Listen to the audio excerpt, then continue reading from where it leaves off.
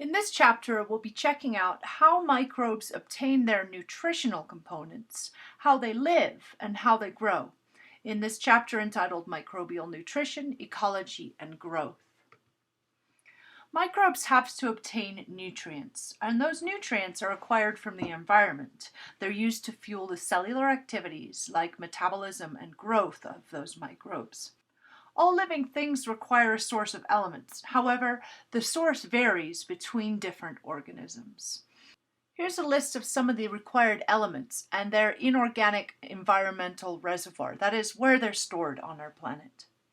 Reservoirs of inorganic compounds are found in mineral deposits in the Earth's crust, in the atmosphere, and in bodies of water. Inorganic compounds are things like metals and their salts, as well as gases, and then water itself is an inorganic compound. Organic compounds are usually products of living things. They can be very simple, such as methane, or macromolecules as huge as our largest polysaccharides. Essential nutrients are any substances that must be provided to an organism. They have to obtain it somehow from their environment. Often these nutrients are processed and then transformed into chemicals that the cell needs after they've been absorbed. There are two main categories of nutrients. There are macronutrients and micronutrients. Macronutrients are required in relatively large quantities and play principal roles in cell structure and metabolism. For example, carbon is the basis of all life, as well as hydrogen and oxygen. Micronutrients are trace elements. They're present in much smaller amounts, and they're usually involved in enzyme function and protein structure. For example, we might see zinc as a cofactor in the functioning of an enzyme, or iron in hemoglobin to help oxygen attach. We can also categorize these nutrients according to their carbon content. That means they can be inorganic or organic nutrients. Inorganic nutrients, again, they're a combination of atoms that are not carbon and hydrogen. So essentially anything that's necessary that doesn't contain carbon and hydrogen. Organic nutrients, on the other hand, contain a large amount of carbon and hydrogen, and they're usually the products of other organisms. Again, the source of nutrients for a particular organism is very varied from one to another. Some obtain their nutrients entirely from inorganic sources, while others contain them from a mixture of organic and inorganic. And then parasites derive all of their essential nutrients from their host. Here's a quick breakdown of what the microbial cytoplasm looks like, all the chemicals that we might find in it. This one is of E. coli. Some of these nutrients are absorbed in a usable form. However, others must be synthesized from nutrients that are absorbed by the microbe. Here you can see the various proportions of the different elements, as well as organic and inorganic compounds that might be built from those elements. Let's take a look at some of the basic features of cell composition. First of all, water is the most abundant of all the components. About 70% of any cell, even our own, is composed of water. Proteins are the next most prevalent chemical. As you can see here, the protein content is high. Protein is an organic compound because it's primarily based on a carbon-hydrogen structure. And once we take away the water, about 97% of the dry cell weight is composed of organic compounds. So the things other than proteins, such as nucleic acids, carbohydrates, lipids, and then some other miscellaneous components.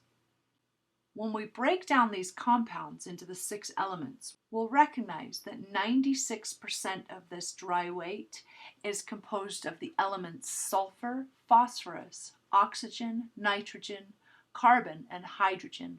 These spell out the word sponch, S-P-O-N-C-H. That's a nice way to remember the primary elements of life. A cell as simple as E. coli contains about 5,000 different compounds, yet it needs to absorb only a few types of nutrients to synthesize this great diversity.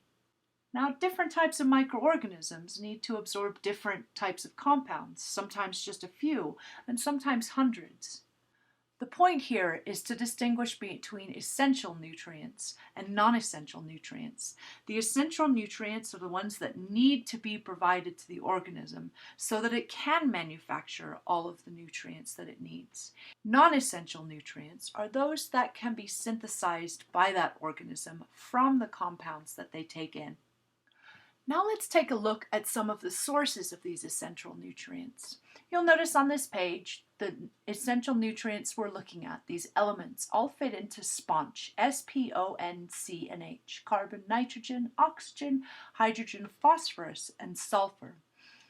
Elements that make up these nutrients exist in environmental inorganic reservoirs. As we're going to see later in the semester, microbes are critical in the replenishment and cycling of these elements. First, let's take a look at carbon sources. The majority of carbon compounds that are involved in the normal structure and metabolism of all cells are organic. That is, the carbon originates from the bodies of other organisms. They can be in the form of proteins, carbohydrates, lipids, and nucleic acids. Now, once consumed, these compounds often need to be digested. So heterotrophs must obtain their carbon in organic form. That is, they're nutritionally dependent on other living things. Hetero meaning others, and troph meaning food. So they get their food from others. Autotrophs, on the other hand, auto meaning self and troph feeding. Autotrophs are self-feeders. They use inorganic carbon dioxide as their carbon source. That is, they're not nutritionally dependent on other living things.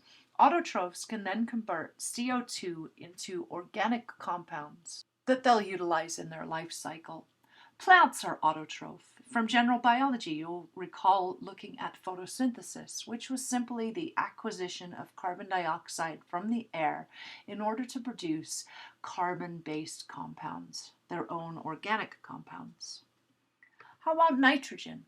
Well, nitrogen has its main reservoir in the atmosphere. It's 79% of the Earth's atmosphere, so the main reservoir of nitrogen is in nitrogen gas. Nitrogen is indispensable in the structure of proteins, DNA, RNA, and ATP. And thus, it's absolutely necessary for all organisms. The primary nitrogen source, though, for many heterotrophs are the proteins, DNA, and RNA of other organisms. This must be degraded into its building blocks like proteins and amino acids, nucleotides into nucleic acids, so that it can be utilized to build the organism's own organic-based compounds. Some bacteria and algae use inorganic nitrogenous nutrients from gases in the air and such. And some number can transform nitrogen into usable compounds through nitrogen fixation.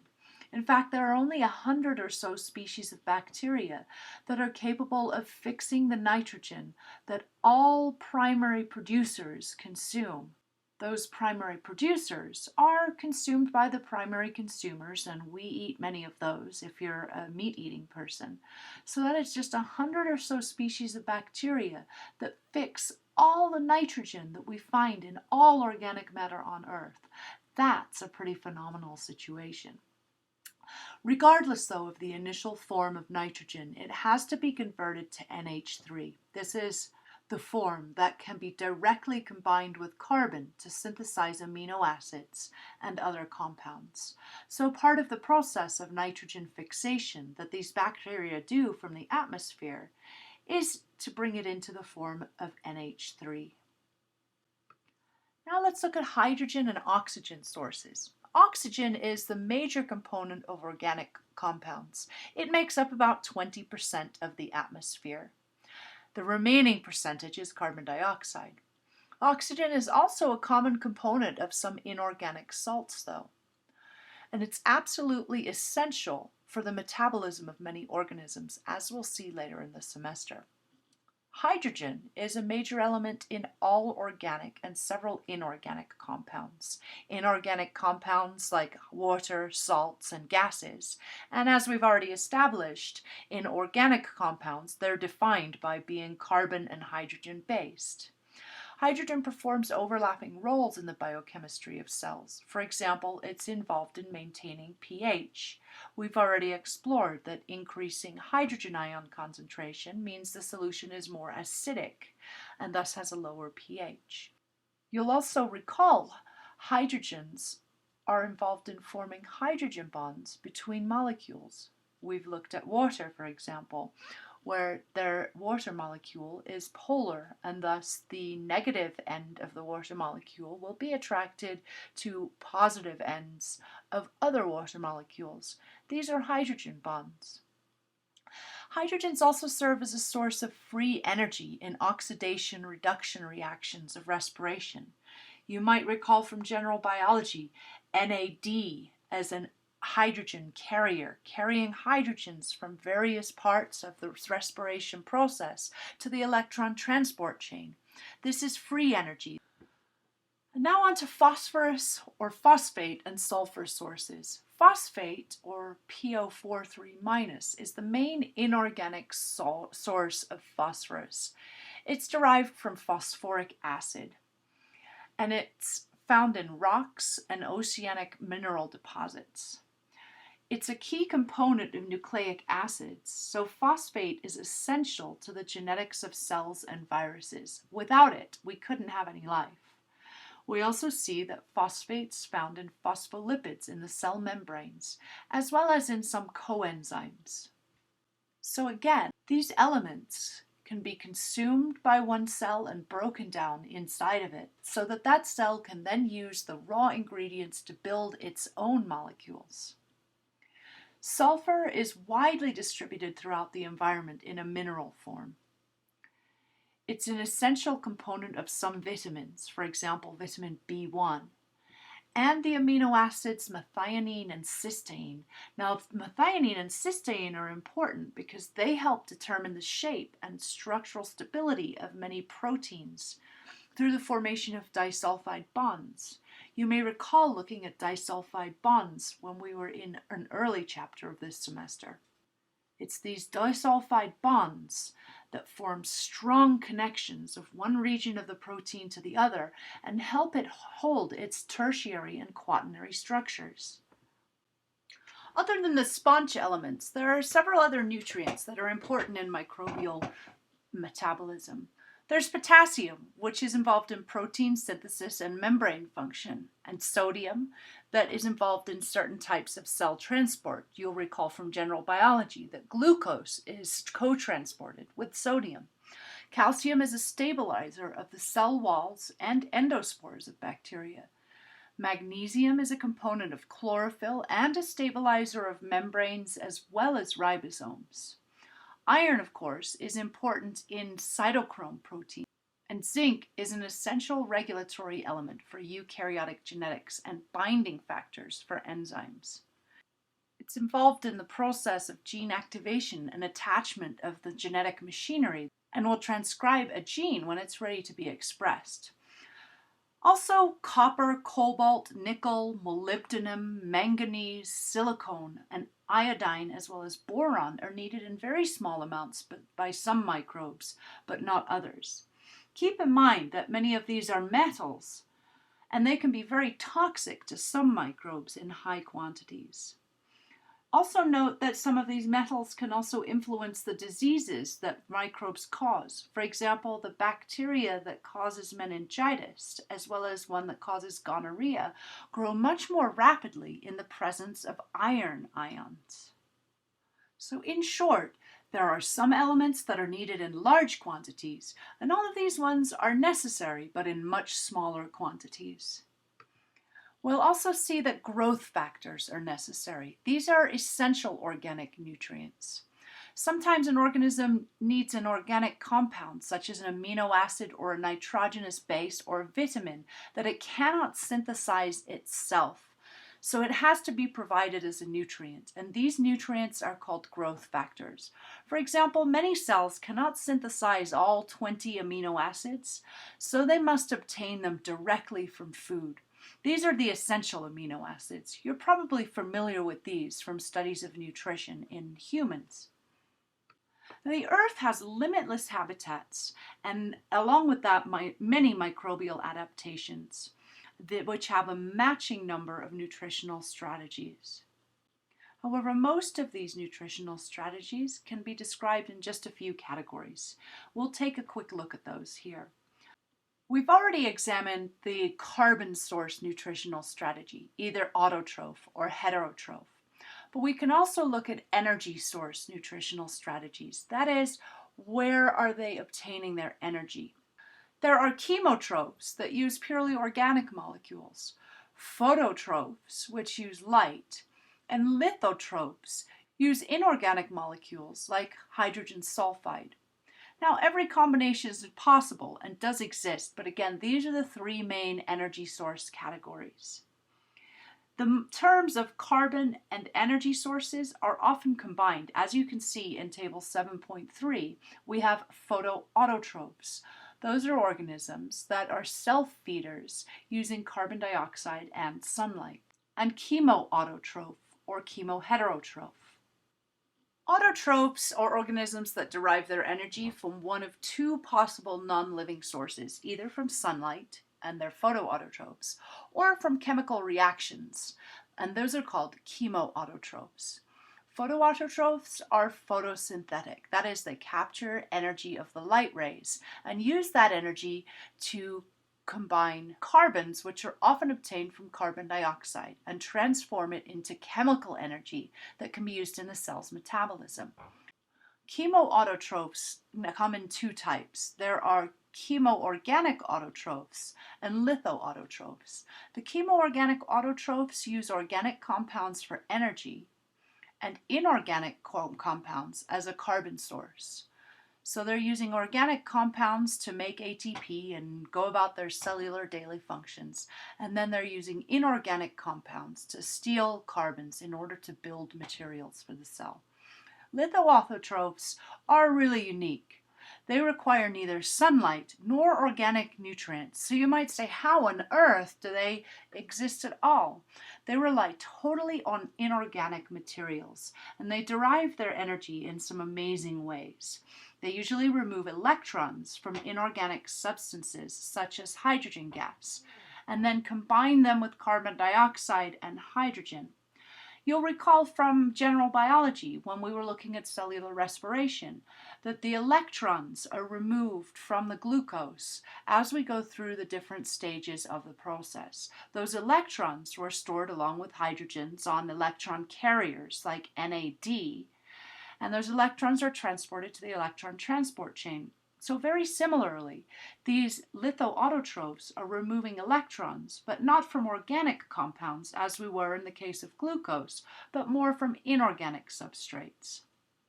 These guys play a really important role in recycling inorganic nutrients. Imagine if we didn't have lithoautotrophs to release inorganic nutrients in the environment.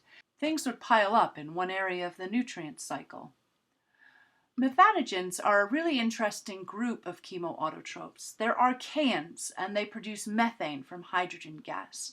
They live in microenvironments of swampy nature, like soil, and sometimes in the intestines of animals, like cows.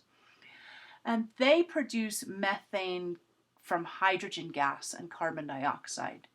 You can see they're combining hydrogen gas with carbon dioxide to make methane and water. The environments that they live in are anaerobic, so they had to come up with some adaptation, and this was it. Some of these microbes are now being used in combination with some other microbes. The methane they produce is being used to fuel a new type of generator. So they're on the cutting edge of energy generation. Methane is also one of our most prevalent greenhouse gases. And you'll be surprised to find out that lots of it is produced by cows. In fact, cows are pumping out tons of methane gas into our atmosphere every single day. That's because these methanogens live in their guts, It's because of these methanogens that are able to break down the carbohydrates found in grass and use them as an energy source. But the byproduct is methane gas, and it stinks. The majority of heterotrophs are chemoheterotrophs. They derive both their carbon and energy from organic compounds. We are chemoheterotrophs. They use the process of respiration or fermentation, and they release the energy in the form of ATP. Of course, they use the ATP much like we do to fuel all the processes of our cells. An example of chemoheterotrophy is aerobic respiration, as you explored in general biology. Most protozoa, fungi, and aerobic bacteria are chemoheterotrophs, and they run on this energy formula. There are two main categories of chemoheterotrophs, and they obtain their energy in different ways. Saprobes are free-living and they feed on detritus or dead organisms, whereas parasites derive their nutrients from cells in a living host. Let's take a closer look at saprobes. Again, they're free-living. They're decomposers of plant litter or animal matter, as well as other dead microbes. Most of them have a rigid cell wall, so they'll release the enzymes into the extracellular environment.